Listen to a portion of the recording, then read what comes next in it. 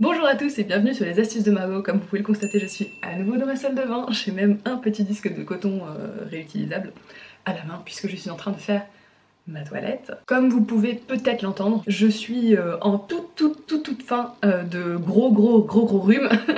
Gros rhume ou petite grippe, je sais pas. J'avais super mal à la tête, grosse fatigue, nez complètement pris, la gorge douloureuse, des gros ganglions et de légères courbatures. Voilà, j'étais bien fatiguée et je me suis dit que ça pouvait être intéressant de vous partager mes astuces un peu plus naturelles pour lutter contre la maladie. Alors évidemment, je vous parle pas du gros truc, vraiment vous êtes à plat pendant 7 jours, vous pouvez pas sortir de votre lit. Si vous êtes dans cette situation-là, allez voir un médecin. Comme la dernière fois, je vais commencer à faire des toilettes en même temps parce que sinon ce vlog va durer des heures et des heures et des heures et des heures. Si ça veut bien couler. Voilà. Alors pour cette vidéo, je pensais vous montrer en pratique ce que je fais dans une journée quand je suis malade. Que ce soit une journée de travail ou une journée de week-end. Moi en l'occurrence je tourne cette vidéo un samedi, donc forcément j'ai un peu moins de boulot que d'habitude, heureusement. Mais j'en aurai quand même un petit peu, donc on va être sur un entre-deux. Habituellement si j'étais malade sur une journée de travail, je commencerais un tout petit peu plus tard pour pouvoir dormir un peu plus, hein, parce que le sommeil c'est ultra important. Mais voilà, je ferai pas non plus des folies, alors que là on est samedi qui doit être 10h, ce qui fait que pour moi c'est très tard. D'habitude je suis déjà, comme la plupart des gens, hein, au travail à 9h, et lever bien avant ça, puisque j'aime bien lire un peu, prendre le temps de me faire un bon thé, de démarrer en douceur, si je le sens, de faire du yoga, des choses comme ça. À minima je fais toujours des étirements dans mon lit, en mode chat, vous savez, genre on étire bien la colonne, on tend bien les bras devant. Oui, dans cette vidéo, il risque d'y avoir des mots un peu chelous, mais juste parce que j'ai le nez encore bouché. Alors, là, vous l'avez pas vu parce que je sors de ma douche et que j'allais pas vous filmer dans ma douche, mais je me suis lavé rapidement le corps. Hyper important de pas négliger du tout son hygiène quand on est malade, surtout si on pense que ça peut être contagieux. Lavez-vous régulièrement, comme d'habitude, même si vous êtes vraiment fatigué, que vous avez un peu la flemme. En vrai, je trouve que ça fait du bien. Moi, ça me vivifie un peu. Ça me délasse aussi quand j'avais des courbatures, notamment sur le haut du dos et puis le bas du dos, d'avoir de l'eau chaude qui coulait dessus, ça faisait vraiment beaucoup de bien. Et astuce numéro 1, si vous avez des huiles essentielles, et notamment des huiles essentielles de tea tree et de Ravinsara. Moi j'en ai plein des huiles essentielles, mais ces deux-là, c'est les deux à avoir quand on est malade. Moi j'en mets quelques gouttes dans ma douche, alors pas juste à côté de l'évacuation de l'eau, plutôt en périphérie. Et avec l'eau chaude, ça permet de diffuser l'huile essentielle. Donc si vous avez le nez pris, ça marche du tonnerre, essayez. Au-delà de l'efficacité, c'est en plus de ça très agréable, ça a un petit côté odeur de spa. Donc voilà, c'est deux en un. Si vous voulez juste une journée tranquille, ça marche aussi. Direction cuisine, je vais me faire la petite décoction que j'adore me faire quand j'ai, pareil, nez pris ou mal à la gorge. Et où, hein, ça fonctionne dans les deux cas. Il y a plusieurs variantes qui existent. Moi, je vais faire la hardcore, hein, histoire d'éliminer vraiment tout risque de recrudescence de cette maladie.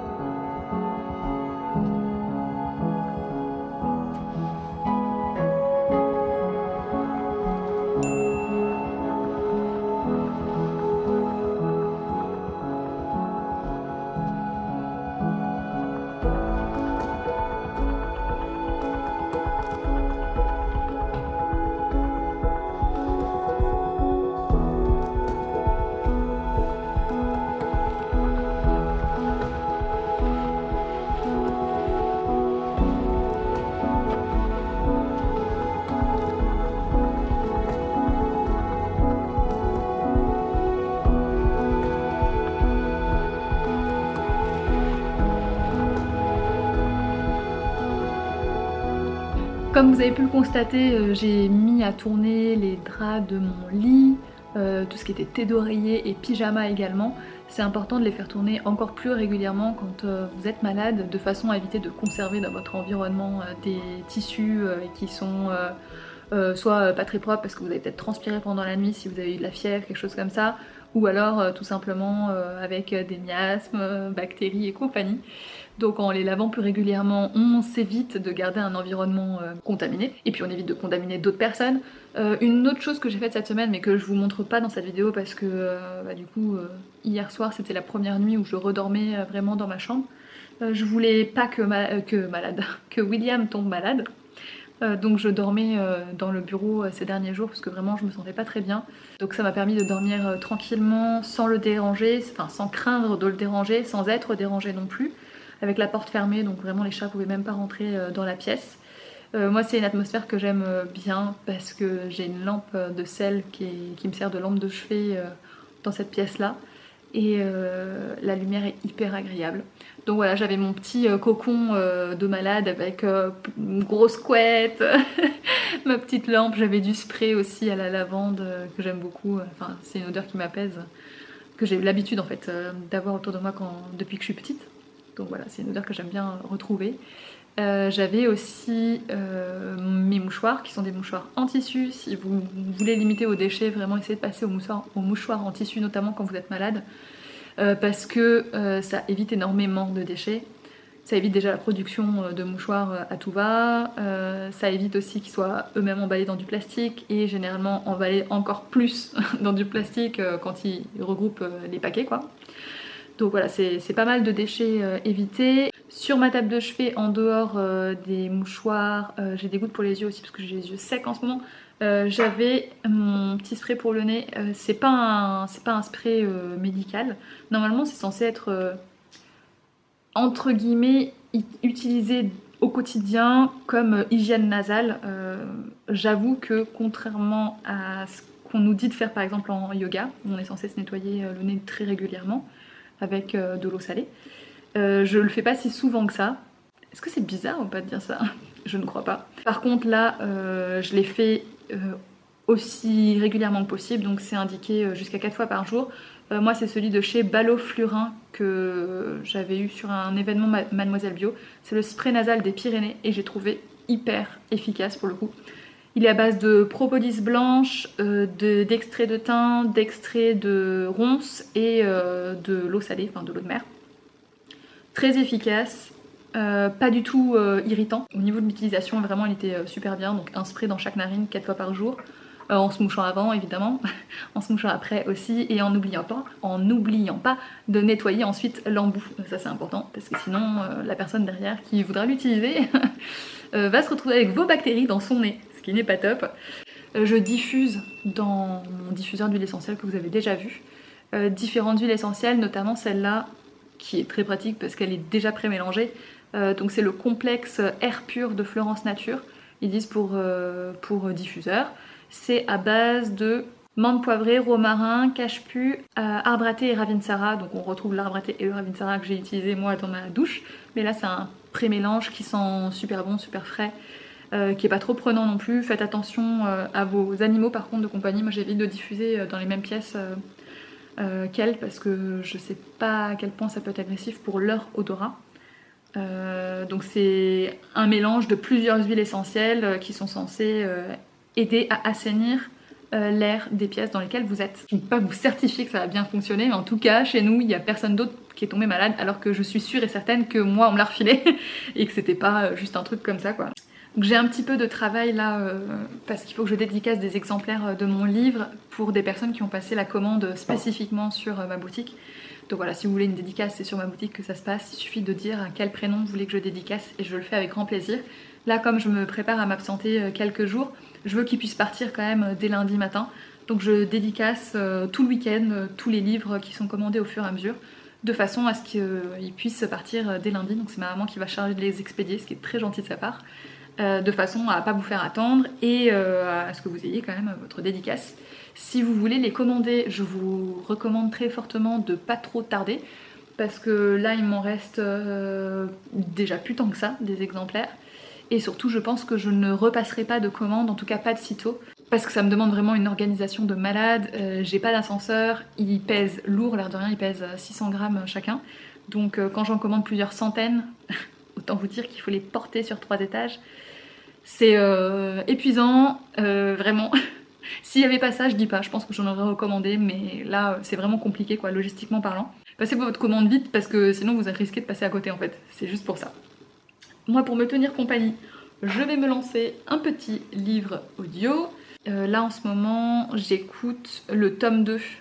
J'avais fini Petit meurtre à Mangle Street, donc là j'écoute le tome 2, il me reste déjà plus que 6 heures, voilà, j'attendais que ça fasse le focus, je crois que c'est ça, ouais, il me reste 6h35 d'audio, il est hyper bien, il m'a vraiment tenu compagnie là quand j'étais malade parce que j'avais tellement la migraine que je pouvais fixer aucun écran, rien, même lire ça me tenait mal à la tête encore plus, donc j'avais juste mis mes petits écouteurs, voire même pas d'écouteurs du tout quand j'étais en haut dans mon petit bureau tranquille, et je me lançais le livre audio, donc ça me permettait de passer le temps, de m'endormir aussi un peu plus facilement, parce que pareil du coup comme je me sentais pas très bien, je mettais un peu de temps à m'endormir.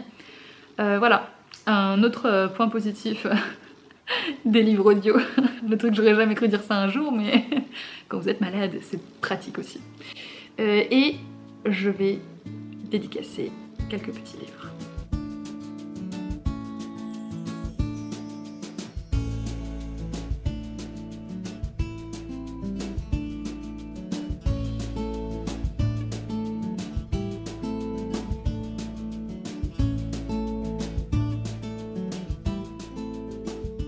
Je viens de finir de dédicacer donc les livres qui étaient en attente entre hier et là cet après-midi.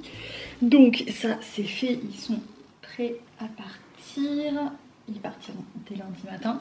J'ai numéroté la pile au cas où il y en a d'autres qui partent entre cet après-midi et demain soir, que je puisse les signer, ils partent également. Là on va pas se mentir, comme je suis pas super en forme, je pense que je vais aller me reposer un peu. Et je pense d'ailleurs qu'il est hyper important de s'écouter, et je le fais toujours quand je suis malade. C'est-à-dire que si je suis fatiguée, genre vraiment que j'ai un vrai gros coup de barre, j'essaie de me reposer. Si j'ai vraiment pas faim parce que j'ai de la nausée ou quelque chose comme ça, soit je mange pas du tout parce que vraiment j'ai vraiment pas faim, je me sens pas bien, ou alors je mange mais léger. Cette semaine j'ai mangé pas mal de soupe. Et ça me permettait de quand même manger quelque chose, de me réchauffer aussi directement grâce à la nourriture, de me réhydrater, c'est super important de beaucoup boire. Pareil, j'ai toujours en fait un pichet d'eau filtrée qui est prêt, et dès que je passe à côté, je me sers un verre, en plus des tisanes et en plus de la soupe. Autant vous dire que je suis pas déshydratée quand je suis malade, ça c'est sûr. Autre chose que je fais quand je suis malade et au contraire j'ai hyper faim, je mange. Pour le coup, enfin voilà, j'essaie d'écouter au maximum mes sensations, et là mes sensations me disent que c'est l'heure de la sieste. Voilà.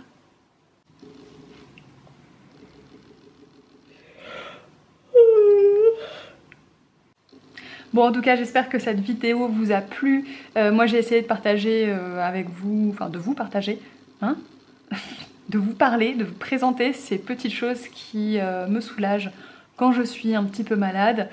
Évidemment, ça correspond à ce que j'ai eu ces derniers jours de façon plus précise. Si j'avais eu mal au ventre, ça aurait probablement été autre chose. Je pense que je vous ferai une vidéo complémentaire de toute façon, avec d'autres astuces peut-être plus générales et qui concerneront pas que un gros rhume. Évidemment, je le répète comme dans cette introduction de vidéo, que si vous voyez vos symptômes perdurer dans le temps ou s'aggraver, surtout vous allez voir un médecin. Ne mettez pas votre santé en danger. Là on parlait vraiment de petites choses qui aident. Moi vraiment l'astuce des gouttes d'huile essentielle dans la douche a tout changé sur cette maladie là.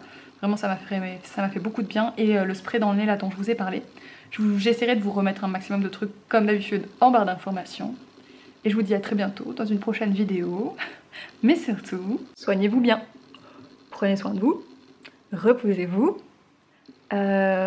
Essayez de passer au mouchoir lavable, nettoyez-vous bien le nez, et reposez vous aussi. Je sais plus si je l'ai déjà dit. Je crois que je vais aller me reposer, j'en ai besoin. À bientôt.